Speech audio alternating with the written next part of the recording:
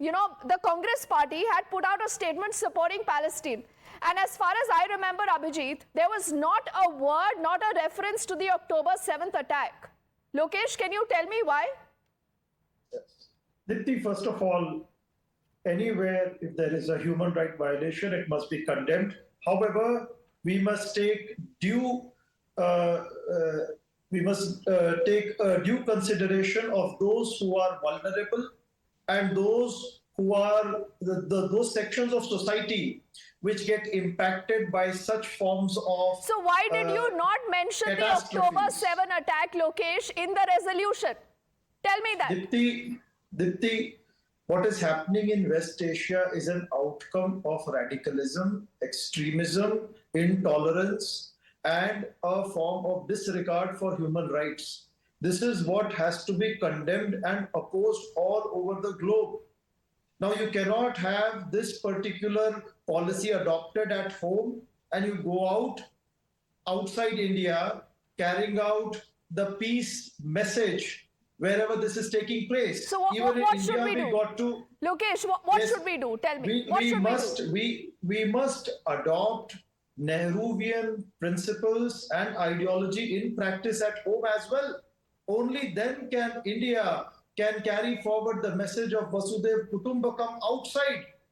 Really? Why have you ever wondered why is Nehruvian legacy still relevant today? Why is it that even in Levant and the entire region of West Asia, Nehru is still regarded? Is because he practiced what he preached. No, does India? Important. No, Lokesh, you have an Indian passport, right? You have an Indian passport. Yes, we have India's foreign policy, right?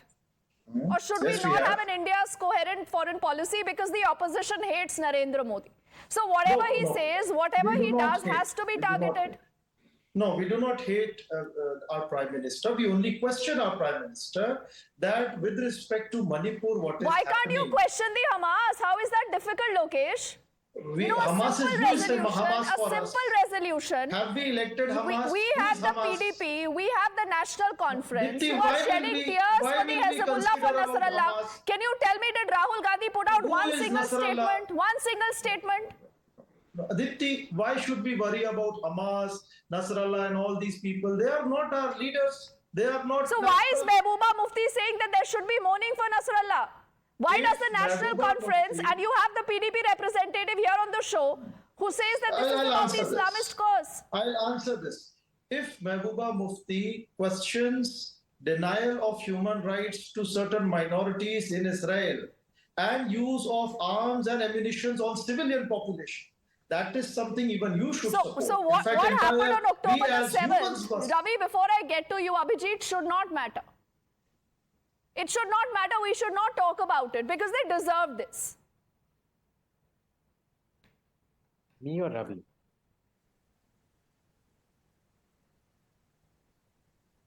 Abhijit? Yeah. Yes. Look, there are lots of misinformation that's been spread right now. And it's quite curious how clueless these people are. Why did Israel go into Lebanon first in 79 and 82? Because the Palestinians who had settled in Jordan tried to overthrow the king. Understand this. The king who had given them refuge, Fatah and Yasser Arafat, tried to stage a coup and take over the government and kill the king of Jordan who had given them refuge. He then kicked them out in 1970 and they went to Lebanon. They took over Lebanon, turned it into a terror base for their attacks on Israel, stoking the civil war. In 79, Israel invaded and pushed them north of the Litani River. They then started a campaign of bombing. The UN sent peacekeepers out there. They started killing UN peacekeepers, the PLO. And then the Lebanese civil war started in full.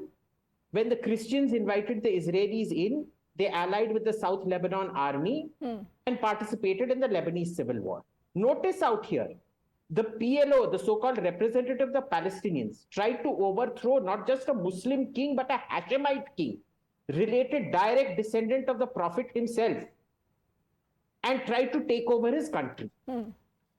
You're telling me these people have any morals? You're telling me these people have any gratitude? They were engaging in outright, they hijacked 7-8 planes, brought it to the Jordanian desert and blew it up in an event called Black September. Okay, so let us be very clear about this. Israel went in there, fine.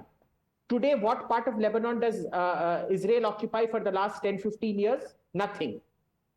So why is Hezbollah then allowed to attack Israel? Israel, yes.